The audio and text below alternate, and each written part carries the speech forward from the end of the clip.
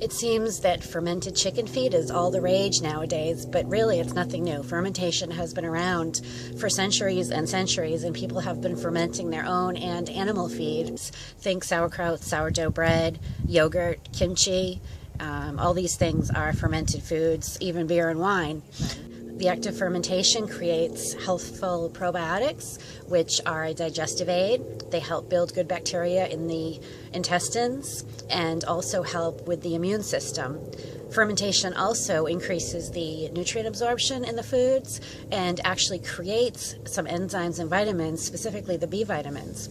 So why don't you think about fermenting some chicken feed? I'm going to show you just how easy it is to do it. Now that you know the benefits of fermented feed, let's make some. I'll show you how easy it is. You need a glass jar. You can also use a stoneware jar as long as it's lead-free, but I prefer to use glass.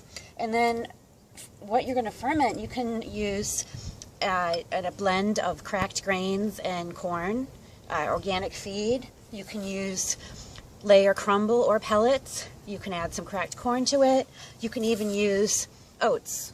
You can use really any grains, seeds, legumes, whatever it is that you want to put in your chicken's diet. You can use a combination.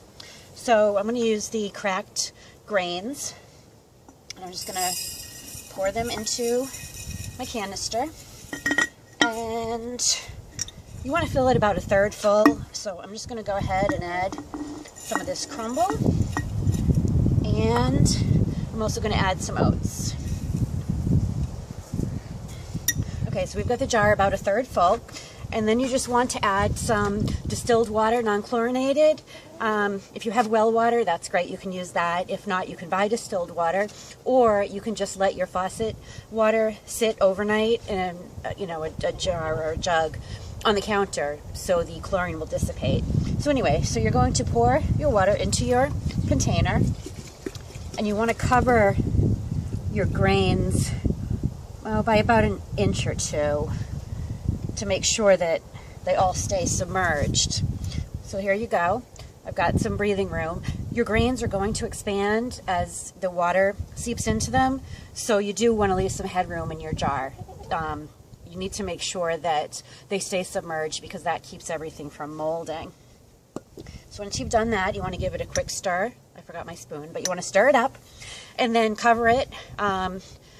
I put a piece of cheesecloth over it with a rubber band. You don't really want a solid seal because gases and things do build up, and you could have a little explosion. So anyway, cover it like this, put it on the kitchen counter or somewhere cool, not in the direct sun.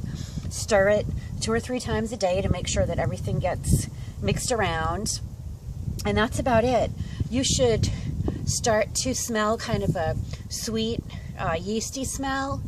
Not an alcohol smell and nothing that smells rancid, but sort of like a sweet sourdough smell. You'll start getting bubbles on the top, and things will start to turn kind of hazy, and that's fine. If you see any mold, you do want to discard it.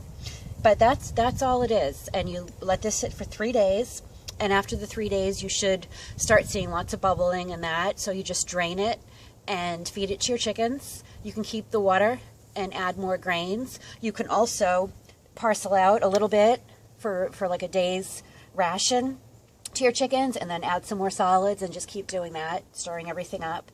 You probably will notice that your chickens will eat less feed. It's thought that they'll eat between 1/3 and 1/2 less feed if you ferment it because of the increased nutrient intake. So there's a great way to save money on feed and still get your chickens the nutrition that they need. They really love the fermented feed. Take a look. As you can see, the fermented feed is a big hit around here. Everybody loves it, and they absorb more nutrients out of it, so they should eat a whole lot less, which helps you save on your food bill.